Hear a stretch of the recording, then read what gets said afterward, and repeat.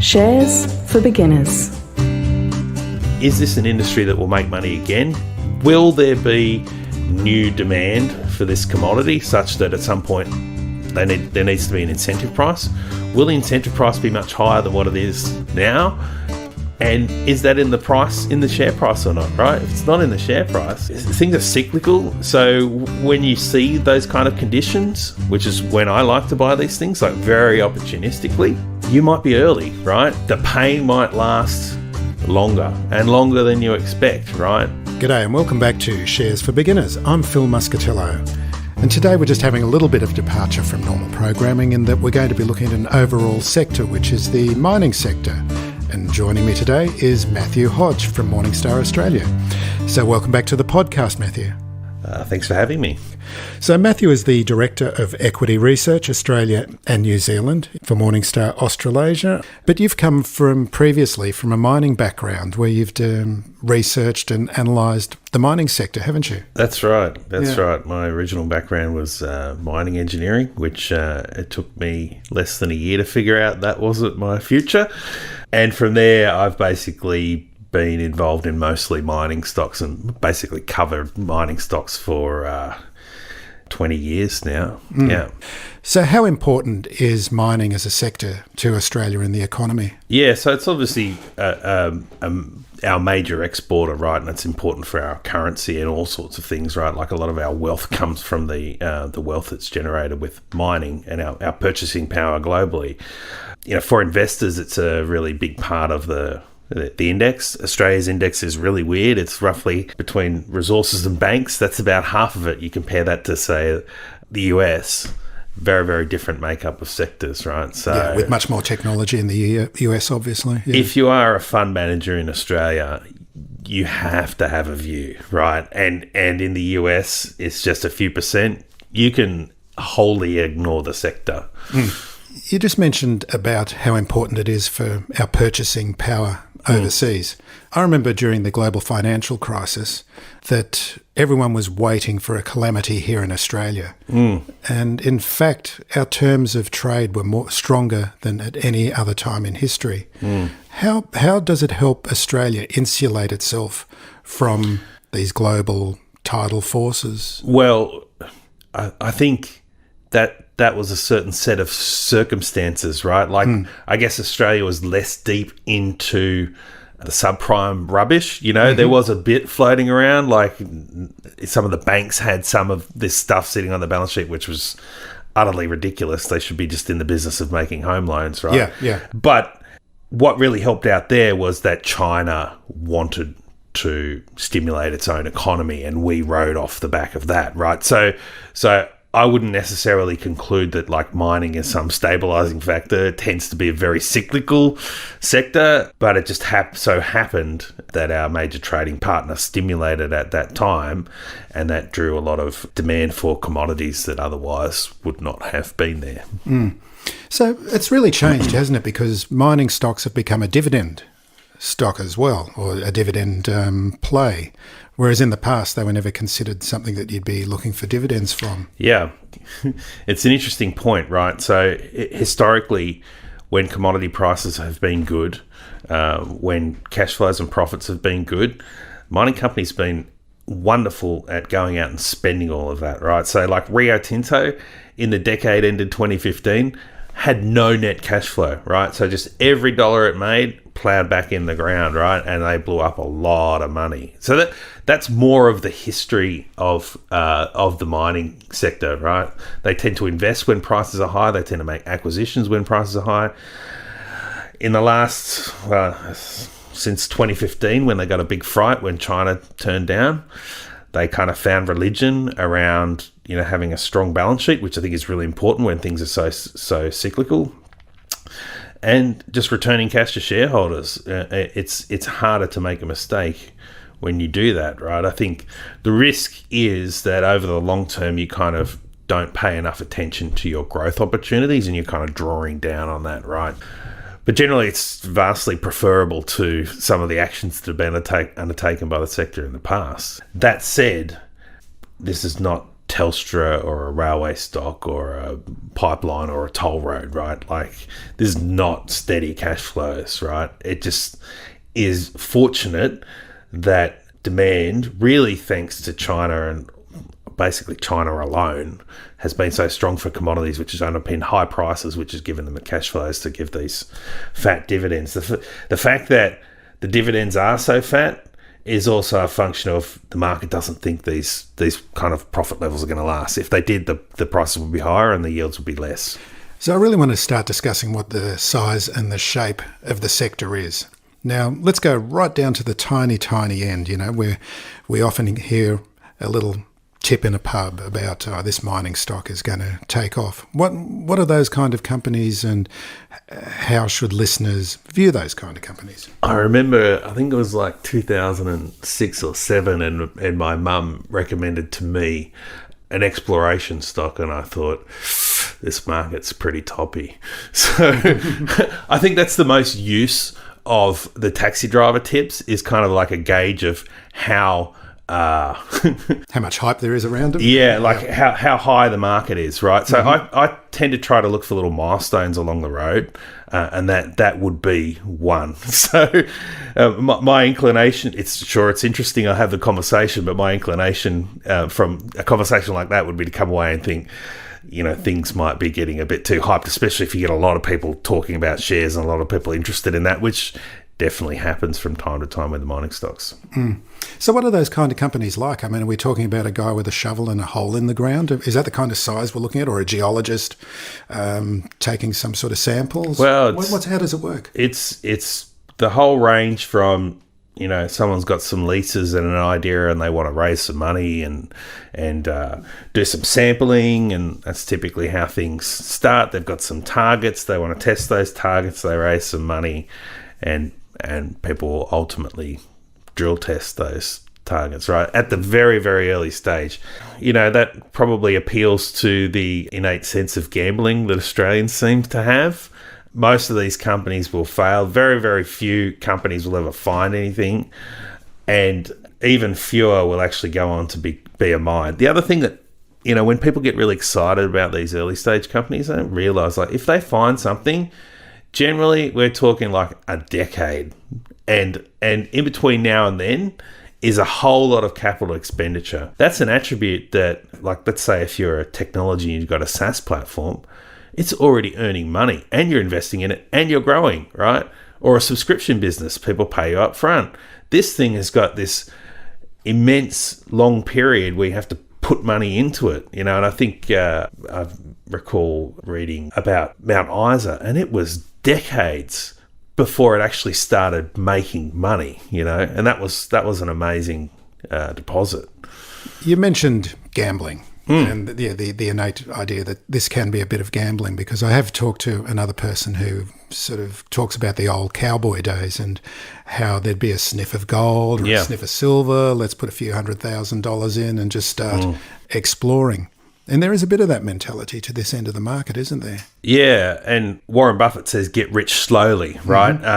And this appeals to the opposite end of that, right? But I think there'll be a few people that will make money out of this, but I generally just don't think it's a wise strategy for people to engage in, unless you've just got a lot of money and you're very comfortable and you just really enjoy being part of that, and you understand you don't expect to make a return. If that's your hobby and you can afford it, that's cool. But I think for ordinary people, this is probably not something that they should engage in. And it's a bit of a gold rush mentality, isn't it? Yeah, there is that. That's something in human nature that's been around for a long time, I guess. Well, there's so many things that can go wrong with that. With that level, and it's a very specialised area, and you need to cover a lot of ground. These companies are going to turn over pretty quickly, right? So it's not like, Warren Buffett buying Geico and then riding that for decades. Like, those are the kind of investments I really like, the ones that can compound, because you just sit on your bum and you don't do anything. These things you need to be very engaged and all over and watching and understanding. So the mining sector, it's not just digging stuff out of the ground, which a lot of companies do. There's engineering services companies. There's also processors and so forth. Yeah. Have I missed anything in that workflow? Like the contractors that do the actual mining as well, services that are provided, technical services and consultants and stuff like that. But the actual mining companies are the bulk of the industry by market cap, and then there are some service providers as well. Yeah, but they are quite high tech in a lot of ways, aren't they? I mean, they are starting to use driverless vehicles and driverless trains and so forth, and technologies that are quite close to the cutting edge. Yeah, so I think you're talking about like the Hitachis and Caterpillars of the world when you get into that, and that's a whole different ballgame, right? Like that's a different business. Yeah, and fundamentally, some of those businesses are quite good, right? And particularly with the technology angle, you start to introduce an element of data and switching costs and efficiencies that the mining companies want, but those are obviously not listed here. So what's between these little specky gold miners and BHP and Rio Tinto? In the middle bit, it can be really interesting, right? So, let's say a company's got a decent project, maybe they've got a feasibility study or they're going into a feasibility study. Those can be interesting because then you can start to wrap numbers around things and start to understand what something might be worth, right? And when you get to there, then you move from speculation to more analysis, which is kind of starting to play into where I feel more comfortable. You can also have interesting things where you have, certain management teams. I can think of like two where they've got a certain blueprint, they pick it up and they put it down. So I'm thinking of Tony Haggerty at Excel Coal. He went from Excel Coal, he went to Whitehaven. Now they've got another vehicle, which I haven't followed yet, but my instinct would be something like that would be worth taking a look at, if not for the thermal coal price being at $400 or whatever. That makes it more challenging. But there's some teams that actually, they're more entrepreneurial, right? They've built their own wealth by doing this sort of thing. They invest their own money up front and they have technical skills and they've done it before. The kind of assumption that those guys need to make is we know how to navigate the approvals process and developing a mine. We also assume that this is cyclical, it's a cyclical industry, and we like to invest and get into these things when there's not a lot of interest in them, right? So you get yourself a potential tailwind there. And commodity prices at some point will be better. And there's value uplift from taking something that's, a dirt patch through to, something that's making money. So I think that's where it's interesting. Those opportunities don't come along very often, but it's worth paying attention when they do.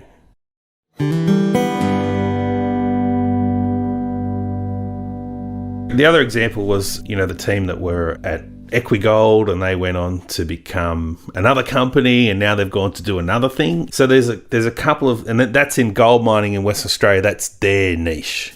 Regis Resources, so Equigold, Regis Resources, and now they're doing something else, right? So there's two teams that I can think of where they've gone through and they've done that multiple times, and that can be worth following. But that's not typically what I would do. Those are the exceptions more than the rules, right? So I guess when it comes to analysing a project, I'd want to know, how big is it? Has it got potential to be scaled? Is it good grade? Like, how expensive is it to get to? Like, when BHP talked about, doing a massive expansion at Olympic Dam, I think they were talking about $20 billion to develop it, and there's years of, because it's hundreds of meters underground, like years of stripping just to get to the ore body, right? Like, it would have been awesome when they got there because the grade's really good, but it's just very expensive, So ideally you want high grade, massive, close to the surface, close to infrastructure, So if you're in the middle of you got to get power and electricity, and all of that's very, very expensive. It's getting easier to be kind of self-contained these days, and Oz Minerals is looking at a project, West Musgraves, to do that. But those are the things that you want, yeah. One of the basic metrics, I believe, is AISC. Yeah. Can you explain what that is? Well, it's just basically the total cost. And what does it stand for? All-in sustaining cost, right? So I got you to say it because I would have inevitably got it wrong. Well, this is typically something quoted by the gold miners, copper miners. The industry used to look at cash costs And the problem with cash costs are, it's like, well, cash costs are, what are the operating costs to get this bar of gold, right? The problem with that is it ignored all the capital costs, right? And there's sustaining capital costs that you need to with a mine that could include drilling. We need to drill further to extend the mine because at some point you need to do that. You need to maintain the plant and equipment. So things like that were overlooked, right? So it kind of superficially made the industry look more profitable than it was. And also if you had a mine that was more capital intensive than another, just by focusing on the operating costs, it didn't really tell you the true picture. So the industry kind of decided to move to all-in sustaining costs as a way of looking at things, right? And ideally, you want a miner that is towards the bottom of the cost curve. That's the point of that, right? So it's like there's only one kind of competitive advantage you can have in mining, and that is being a low-cost provider, right? Low cost means you haven't overcapitalized, right? So capital efficiency and operating cost efficiency. Okay, let's move up the scale now to the big miners. So we're basically talking BHP, Rio, Fortescue. Anyone else I'm missing out in that market cap? Newcrest is probably the next one. It's a bit different. It's a gold miner. They behave a little bit differently. The three big ones that you've mentioned there are... They're huge, aren't they? Well, they are big companies. They're big for this market, but they're also big globally, right? Like we are... Australia is a leader in mining globally. But they are, mostly, in the case of Fortescue, exclusively iron ore companies, right? So they have benefited greatly from steel production doubling in the last 20 years, all due to China, so they've ridden that wave. The iron ore price used to be $20 and now it's $100, which is vastly outstripped inflation in that period. I believe BHP, I'm not sure about the others, were listed on multiple exchanges until only recently. They tend to have other listings as well, like South Africa. London is the obvious one, right? New York. Like these big companies tend to be listed in multiple places. And I think there's very decent liquidity in London and New York. And I'm not so sure about some of the other listings that they have, but they are listed on a lot of exchanges, yeah. So why is London an obvious place for a dual or multiple listing of a mining company? Well, I think historically it's been the financial capital of the world, right? And it still has a strong centre of gravity there, So there's a big and deep pool of capital from Europe and in the UK that uses London as the financial hub. So there's a couple of forces acting here with our good fortune in the minerals and ores that we can extract from the earth in Australia, and that especially now with ESG, we can be mining lithium at the same time as we're making so much money out of coal, which we thought a few years ago was going to be a stranded asset. Yeah, I think European energy policy has been shown to be somewhat flawed, relying on it's not the kindness of strangers, the kindness of enemies, has turned out to be not a great strategy. And if you think about, Japan and Korea, they have always taken a very long-term view in terms of energy security. And I think when you don't have very much in the way of your own energy, it really focuses the mind. That seemed very old-fashioned in the world that everything's just in time and, we try to drive costs down to the lowest number. But I can see that idea is much more back in vogue now, right? And I think the Europeans are learning we need redundancy and we need other sources of energy, and we just can't rely on a bad actor to provide so much of our energy needs. Another commodity that we have a lot of in Australia is uranium. Yeah. What are your views on uranium in a nuclear future? Well, if the globe is serious about reducing carbon emissions, it seems like the obvious answer. There is a need for baseload power, and you can do that with nuclear, right? We had a period where we just didn't have new nuclear plants being built, and I think there's a bit of a renaissance going on now. It ships very easily. It's a huge amount of energy in a very small place. So I remember doing the calculations. This is going back a long time, maybe like 15 plus years ago. Yeah. And the amount of uranium that comes out of Olympic Dam for BHP, in terms of energy, I think it was either at least as much or more than the whole of its oil and gas division, right? So, and for that they earned very little, in the hundreds of millions of dollars, like just like a rounding error for BHP. So there is immense energy in uranium in a very small footprint, and I think that has appeal.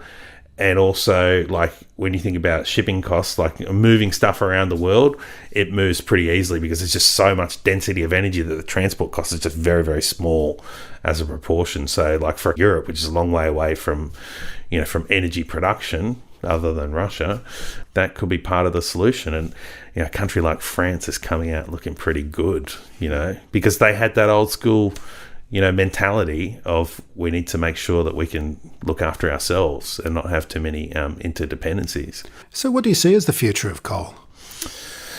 I think, there's a few scenarios, right? But, I mean, it's inevitably going to decline. I think the decline will probably take longer than people expect. Because if anything goes wrong, it's probably the easiest option, just to keep something open for longer.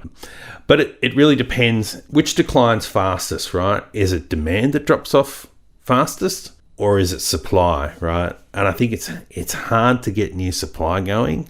You could have a situation where the demand hangs around for a bit longer than people think, and supply just isn't there. So you could have a period of high prices for coal for a long period of time, right? Like, this is a bit of an analogy with cigarettes. It's not exactly the same, right? But when the cigarette companies couldn't advertise anymore, their biggest expense just dropped off, right? And also, they were no longer competing for each other's customers. So they just had these immense cash flows, right? Even though the product was in decline. I mean, you never saw an IPO for a new cigarette company, right? Like, no one wants to compete in a sector that's going down, right?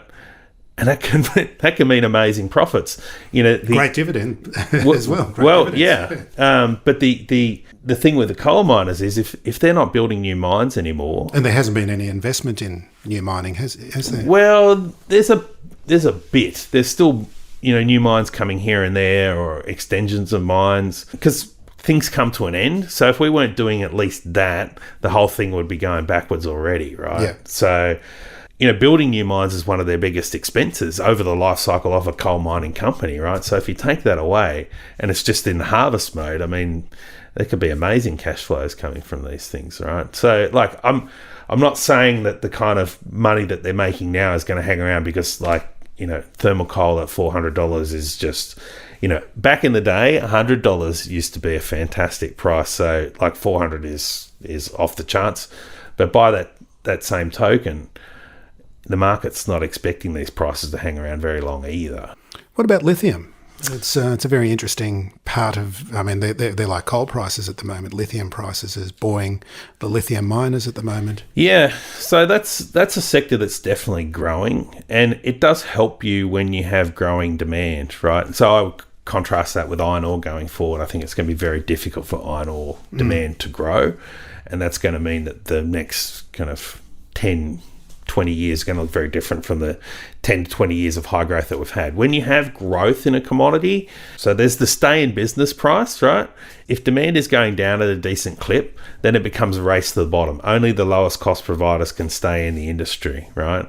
Yeah, and all you need to do is get paid enough to stay in business. All that money is spent on capital, you're not owed a return on that, right? If a market's growing, the price needs to be high enough to incentivize new supply. So a different benchmark, it's the stay business price when you've got a flat or declining demand profile versus the market is asking these companies to add more supply.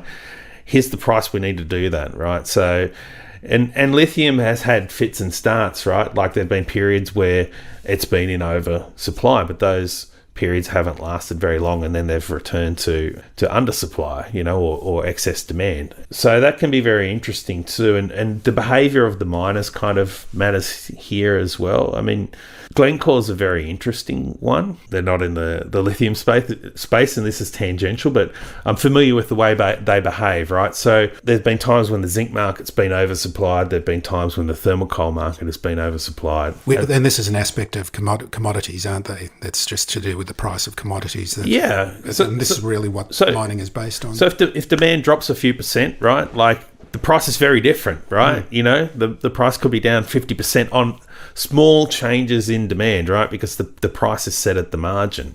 At those times, Glencore said, well, we're just not going to operate these mines at this price, and we're just going to take out some supply. It happened with cobalt as well.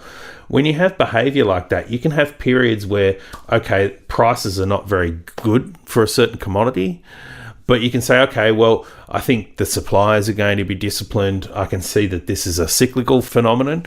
Those can be really good times to invest in these companies. When you're looking around and the industry's not making money, all you need to do is think about, well, is this an industry that will make money again? Will there be new demand for this commodity such that at some point there needs to be an incentive price? Will the incentive price be much higher than what it is now? And is that in the share price or not, right? If it's not in the share price, then you got a pretty good chance of making money, right? And things are cyclical. So when you see those kind of conditions, which is when I like to buy these things, like very opportunistically, you might be early, right? The pain might last longer than you expect, right? But, I think something like Whitehaven Coal was a good example. The whole coal industry wasn't making money in 2020 with COVID.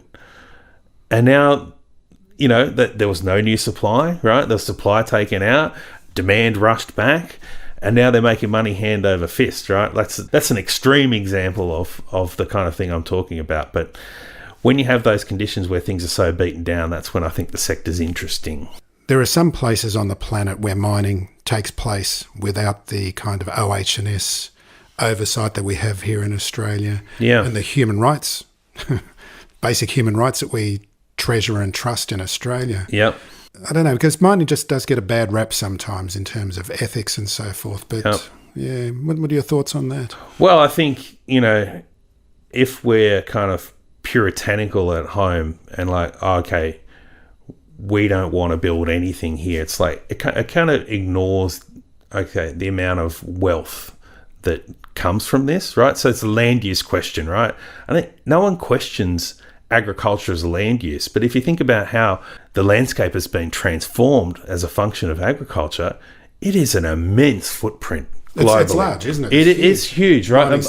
Mining is, and people lose perspective on that and the amount of wealth that comes from it, right? And the classic, I see people driving around with stickers on. I saw one on a big four-wheel drive that said no oil. I'm like, you've got to be kidding, right? Like where's some consistency here, right? So I find it amusing when certain funds will screen out BHP and then JB Hi-Fi is cool to own, right? Like, where's all the stuff coming from, So I think sometimes that kind of ESG lens can be overly simplistic. And if we're not mining it here, right, it's going to get mined somewhere else, right? And if your concerns are global, right, it would make sense that you want mining to occur in the jurisdiction where it's going to be best practice. I was just reading an article about royalties in mining companies, and we know about royalties with copyright and music, but royalties have become, or they have been and are becoming even more so, a big part of the cash flow of mining companies. Well, for mining companies, it's a cash outflow, except for, like Deterra is a royalty company, which is rare. There's a few little things like that. No, just in the article I said that I saw they were mentioning that Rio had actually discovered some royalty streams, which they were able to package up and sell off. But I might be misinformed on this. No, that's true, but they're very small beer in terms of... they're the rounding errors again, are they? Yeah. But so... how those come about is some of these deals, when we talk about going back to the really, really small companies, like an asset might get sold and someone retains like a 2% royalty or something like that, right? That would be a typical thing, right? And usually the project never comes to fruition, the royalty's not worth anything, but occasionally it does, right? And, I think Iluka had the Mining Area C royalty on its books for 3 or 4 decades, a long time, right? And, now that thing is generating just, more than 100 million.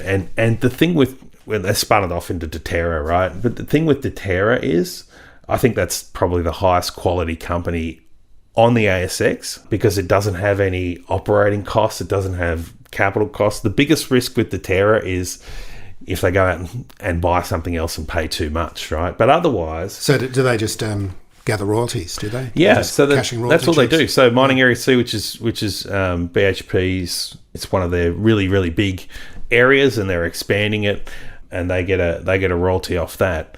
But it's basically like it's got more in common with a toll road than a mining company. The only difference being that price that the toll road can charge fluctuates based on the iron ore price. Not usage, because the volumes are pretty constant, right? Although they are growing, right? But the volumes are much more stable than, say, traffic would be, right? But the price varies just based on the international price for iron ore. But something like that it's not exactly passive, but it's more like that. Yeah. Well, just to finish off, what was it about the mining industry that first attracted you when you were a young guy with a hard hat and a fluoro vest on? That's a long time ago, and I've learnt much since then. The theory was, I grew up in the country, so I liked the idea of a job where I took my brains and could apply that, but also in a practical sense, right, in a tangible sense. So I think the reality that I found in the industry was it's a hard industry, right? Depending where you go. And I had my brother spent, the zeros building, plants in Karratha and stuff like that. It's like, that's a very, very hard life. And the nuts and bolts of engineering, it's very, very fine attention to detail, right? And I figured out in myself that I like to see things from a higher, broader point of view, and I've got much wider interest. And in that sense, I think, being a stock market analyst keeps me much more interested. You can wear cleaner clothes as well. I didn't mind that so much, you know? Yeah, that didn't bother me. But, when it's 30 plus degrees underground, 100% humidity, the air is saturated, and you breathe out, like steam in the morning. You can have that underground when it's soaking hot, because the air can't take any more moisture. And hasn't there been a nexus between the agricultural community and the mining community? A lot of times when times are tough for farmers, that they can go and work in the mining industry. Well, that was true in my town too. They had a mine there that was built in the 90s, and I could see the wealth and opportunity that brought, and that was appealing, So mining is an industry where you can, travel far and wide if you so desire, and there's a lot of wealth that comes from that. But it's a hard job too, Okay, I think that's all, unless there's anything else you wanted to say about the mining industry. Yeah, people think they need to own these things, but perhaps they don't, What, shares in particular companies, or no one ever got fired for for hiring IBM. Like, I'm not going to get fired if I own BHP, or no one's going to criticize my portfolio if I own BHP. It's like, but I mean, you look at the price action of BHP. I mean, what is it at the moment? I don't know. Is it $36 somewhere around there? It's probably, I don't know. It's been a little while since I looked. But I mean, it's only ever been as high as 50 something, I think, at the very highest, possibly. So in terms of the price action itself, it hasn't been a great performer. No, but a lot of the return has come from dividends as well. So perhaps, normally mining companies are capital return businesses, like so capital appreciation businesses, I should say, so that you would expect the majority of the return to come from growth in the share price, right? How's that coming? It's coming from growth in the profits.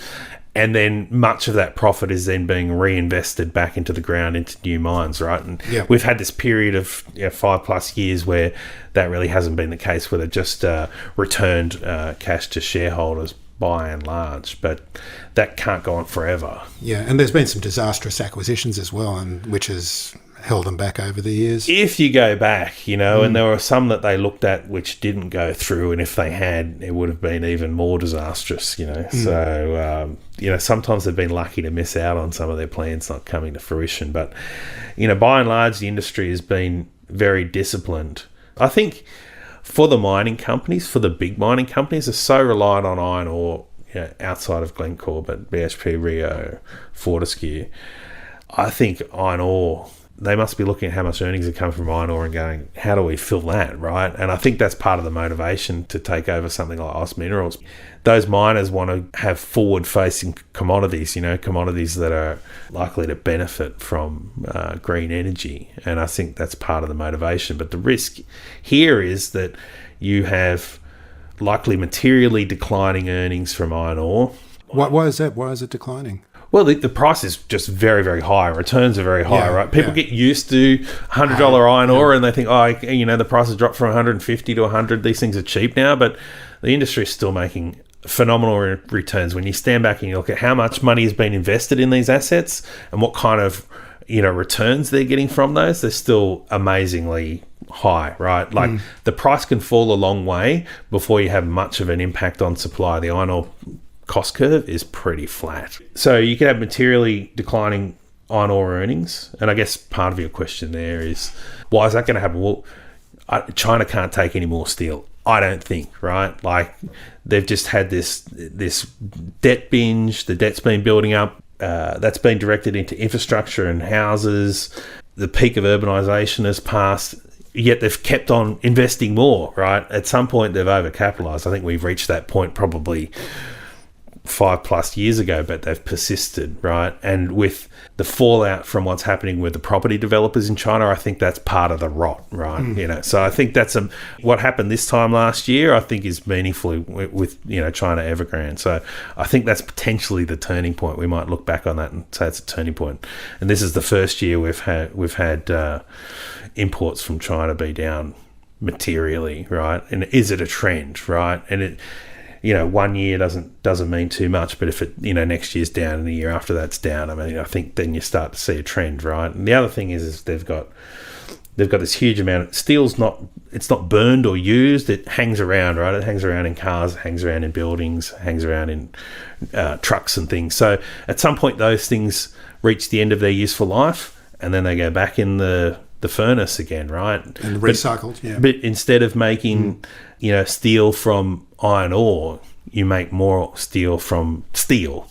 At some point it becomes circular. Like the US is basically a circular economy. It's not a huge amount of new steel that gets made, and that's really, I never realised that. No, mostly recycled. So that's the future, and recycling's big in Europe too. So that's the future for iron ore. So if you take away growth at the steel production level, so instead of having a doubling in the last 20 years, it's flat, and then you've got more scrap.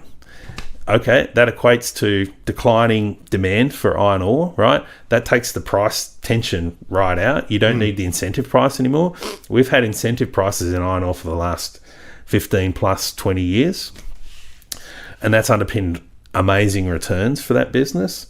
So if those conditions go away, and I think that's what's likely, then these big miners are looking at a gaping hole to fill in their earnings, right? And copper is part of it, but it's just not big enough. The sheer size of the profit pool in iron ore, copper is not going to be big enough to fill the hole. Even though it's going to become much more expensive in the future, presumably if we're all going to be driving EVs and much more electrification. Yeah, some of the work that we've done suggests that the OEMs, so like the BMWs of the world, right? So the car manufacturers, they will be re-engineering the architecture of electric cars such that they'll use a similar or perhaps even a little bit less copper than a conventional car, right? And the separation of the electricity part from the control, because at the moment it's all one, right? So the wires carry both electricity and signal. Yeah. So you separate those two out and you have two separate systems, and the amount of copper that you need halves. So there's always been in mining this tension between technology and efficiency, which drives you to use less and less, versus overall increase in demand, right? So we think the odds actually are that people are overestimating how important the EV story is going to be to copper. And the other thing, when you see these bullish demand forecasts for copper, is China is the big piece, right? It's way more than half. And copper looks similar to iron ore in terms of demand, right? So it goes into housing, copper pipe, and wiring, and it goes into infrastructure. It goes into power cables and things like that. So there is some consumption, but a lot of the drivers are investment, which is actually quite similar to iron ore, more similar than what people think. So fantastic. Yeah. Mathew Hodge, thanks very much for joining me today. Pleasure. If you found this podcast helpful, please tell a friend, especially if it's someone who needs to start thinking about investing for their future. You'll be helping them and helping me to keep this show on the road. Shares for Beginners is for information and educational purposes only. It isn't financial advice, and you shouldn't buy or sell any investments based on what you've heard here. Any opinion or commentary is the view of the speaker only, not Shares for Beginners. This podcast doesn't replace professional advice regarding your personal financial needs, circumstances, or current situation. And thank you for listening to my podcast.